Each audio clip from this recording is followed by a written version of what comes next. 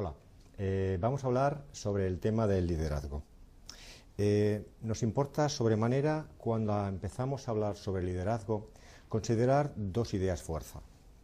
La primera hace referencia a que en el marco de los centros escolares cada vez se está revisando más el tradicional modelo de dirección.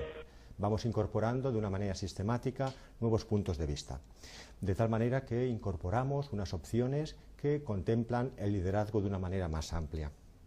Por lo tanto, esta segunda idea también nos hace referencia a que el modelo tradicional de dirección tiende a ser también revisado. ¿Qué es liderar?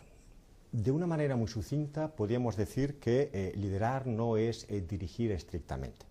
A lo largo de la historia de la diferente literatura han habido aportaciones muy importantes respecto a qué significa una cuestión y otra. Liderar se deriva del verbo inglés to lead, que no es ni más ni menos que guiar, conducir o mostrar un camino. Esta es la acepción que realmente nos interesa retener. Tiene poco que ver también con la del poder de mando, obediencia, que planteaba Max Weber. Muchos de vosotros recordaréis que Max Weber fundamentaba la idea de la autoridad a través de esa identidad basada en ese magnetismo de la fuerza y otras acepciones, ¿no? Cuando hablamos de liderar nos referimos fundamentalmente a algo que supera la tradicional idea de autoridad. El liderazgo, por lo tanto, supone un poder de bases informales. Un líder fundamentalmente guía, conduce, muestra el camino. Me importa mucho hacer un énfasis destacado en que no es lo mismo dirigir que liderar. En cierta manera, cuando hablamos de liderazgo, nos estamos refiriendo a un tipo de habilidades que superan la estricta forma del mando y del ordeno. Estamos hablando de unas acepciones que incorporan una vertiente que incluso tiene un gran magnetismo, de una cierta espiritualidad incluso, y que hace arrastrar también a determinados seguidores. Fundamentalmente es esta idea de conducción de forma compartida que transforma de una manera importante la tradicional acepción. Como vengo insistiendo, no es lo mismo que dirigir que liderar. La idea que yo creo que vale la pena también insistir es esta segunda anotación que ponemos aquí en el PowerPoint. El líder pone énfasis en los recursos emocionales, incluso en los espirituales, en esa capacidad comunicativa de sugerir, de conducir de forma compartida. Quiero que nos paremos un momento en esta idea. Decimos, los líderes fundamentalmente tienen este magnetismo, esta capacidad de sugerir el camino, esta cierta espiritualidad, esa atracción. Todo ello envuelve a una especie, digamos, de atmósfera positiva con una gran masa. Si estuviéramos hablando desde la física, estaríamos hablando de un gran poder gravitatorio, digamos que es atraído de una manera magnética. Me importa hacer este paralelismo, pues porque creo que tiene una cierta referencia. Fijaos también en estos cuatro personas que he puesto aquí. Observarlos. Como veis, en el ángulo inferior izquierdo tenemos a Mandela, en el superior tenemos a María Montessori, más abajo tenemos a Mahatma Gandhi y en el ángulo inferior derecho a Madre Teresa de Calcuta. Con poco que reflexionemos sobre el papel que han cumplido estas cuatro personas, nos daremos cuenta que cada una de ellas no ha basado su concepción, digamos, de liderazgo en función de la fuerza, de la violencia, o digamos de argumentos que están basados en el poder estricto sensu.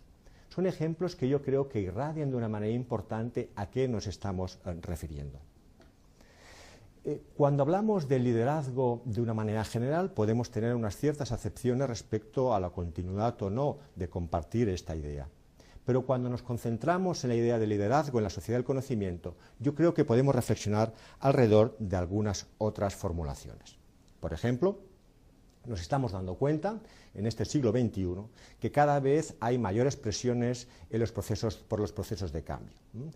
Estamos en un momento de un gran cambio sistemático, cambios sistémicos, donde realmente existe una movilidad de factores en tiempo real y con una gran influencia a todos los escenarios.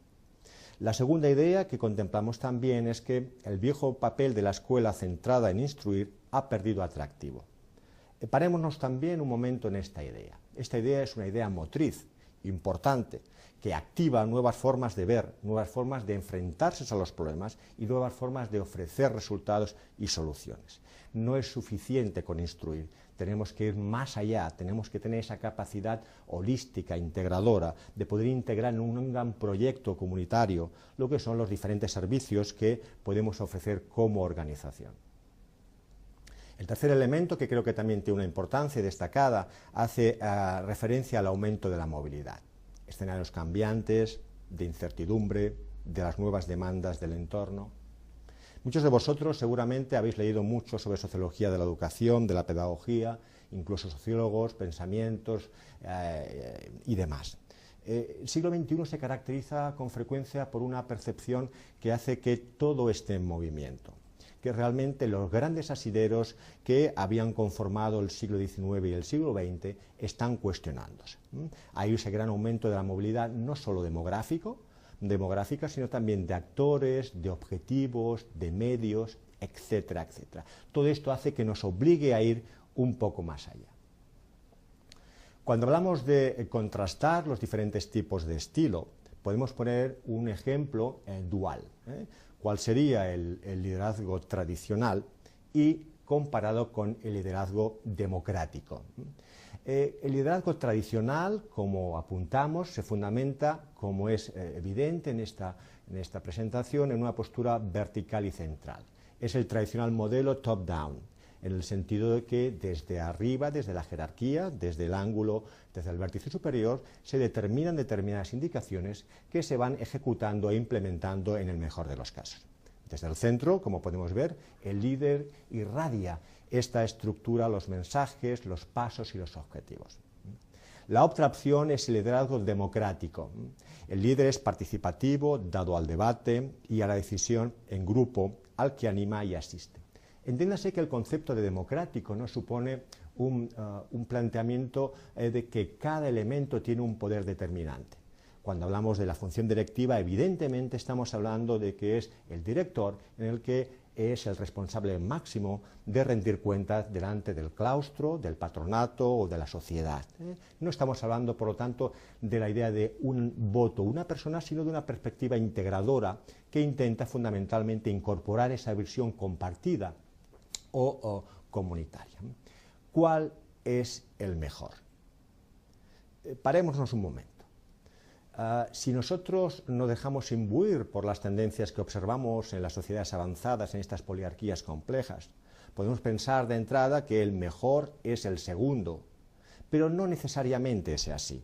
Dependerá de diferentes objetivos, de diferentes centros, de diferentes modalidades, etcétera, etcétera.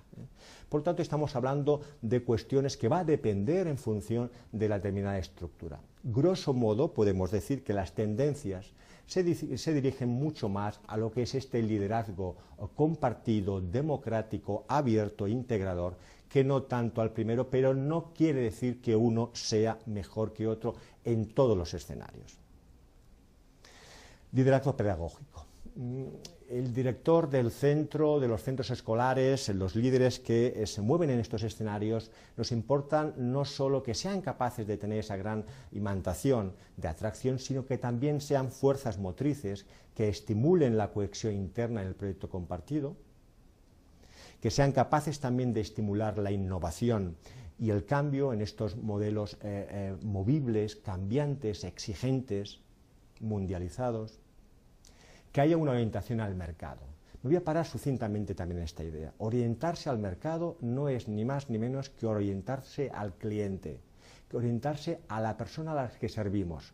En los centros educativos no es ni más ni menos que los alumnos y sus familias.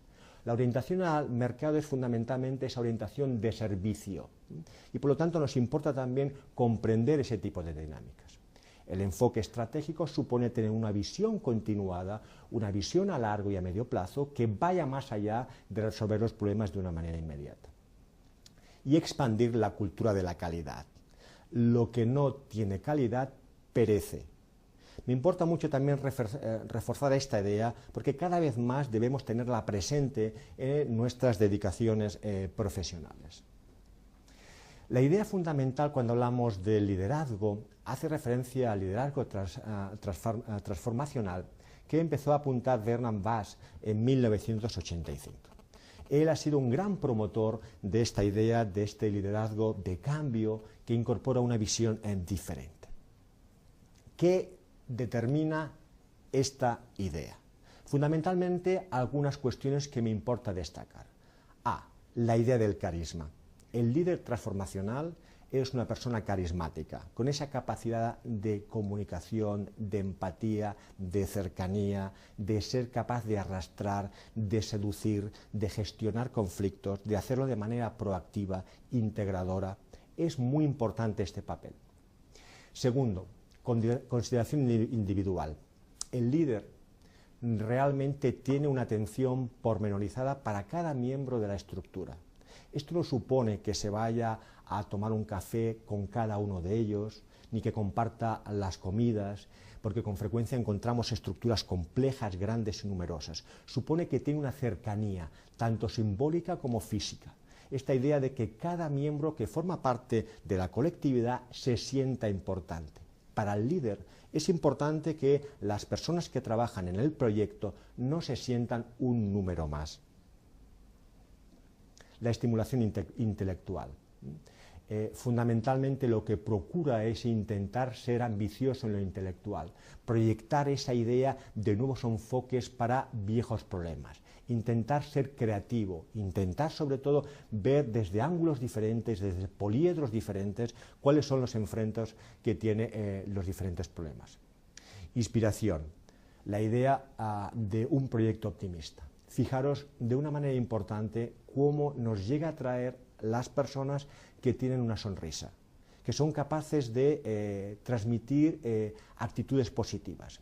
La idea del optimismo, del entusiasmo, de un cierto sentido del humor, yo creo que es muy importante también para magnetizar, para atraer, para ser capaces de irradiar esta energía positiva y sobre todo con esta idea de visión de futuro. Tolerancia psicológica. Los grandes líderes toleran el estrés de una manera importante. No quiere decir que sean como el cartón, que son insensibles al entorno. Son sensibles, pero tienen una tolerancia que fundamentalmente tienden a canalizarla de una manera positiva. Este líder fundamentalmente tiene esa importancia, tolerancia, tiene ese sentido del humor, que es capaz de revisar con una cierta gracia, sin despropósitos ni malsonancias, los que son los temas a los que se enfrenta. Es tolerante y condescendiente con los errores, con los propios y con los ajenos. Y esto nos importa mucho, porque no hay nada mejor que tener esa capacidad de aumentar la tolerancia, incluso con la exigencia. Participativo. El gran líder transformacional fundamentalmente tiene sensibilidad por la estructura, tiene una capacidad para construir ese liderazgo compartido y sabe perfectamente que participando e intentando sondear y creer en el colectivo, el trabajo en equipo es mucho mejor. Algunos de los problemas más usuales y de los retos en los centros educativos en los que nos estamos encontrando. Y todo esto va a marcar de una manera también importante esa capacidad que pueden tener los líderes para dar respuesta. Lo hemos citado en alguna ocasión también, estos escenarios cambiantes, esta presión del entorno, desánimo, apatía, el estrés, esta sobrecarga de las agendas, este nivel de exigencia, esta competencia desalmada, todo esto puede generar un gran cóctel que puede inhibir esa capacidad de los centros o de los líderes de intentar tener estas capacidades para arrastrar. Esto es una de las cuestiones que realmente tenemos que tenerlo muy presente. Un líder no es un superhombre. Un líder no es ni más ni menos que un hombre humano, cercano, que tiene esa visión, que es capaz de arrastrar, que es energético, que es condescendiente, que es exigente consigo mismo. Todo ello hace que realmente no estemos hablando de una serie de valores que son inalcanzables. Lo son, igual que los contextos pueden ser contextos también difíciles o más proclives. En resumen, y para ir concluyendo, diríamos si tuviésemos que citar cuáles son, digamos, las ideas fundamentales que debería tener este líder, podríamos hacer referencias a algunas. Primero, capacidades técnicas. Este líder, evidentemente, debe conocer técnicamente normativas, leyes, situaciones, debe saber interpretar balances, debe tener esa capacidad de intentar comprender de una manera compleja lo que son las realidades en las que se envuelven. Habilidades comunicativas, por encima de todo. Debe ser un gran comunicador, debe ser un gran negociador, debe ser una persona que es capaz de generar empatía, debe ser una persona que es capaz de conducir direcciones, reuniones, gestionar conflictos. Debe ser una persona que no se aminore, que no se achique delante de los conflictos, que los enfrente como una oportunidad de mejora, que no tenga miedo para resolverlo, que no los postergue, que tenga esa capacidad proactiva de enfrentarse a ellos. Y evidentemente una entrega total y absoluta a la misión.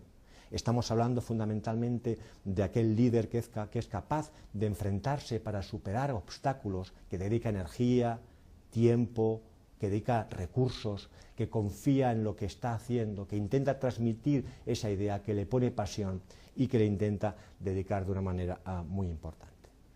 Bien, eso es todo.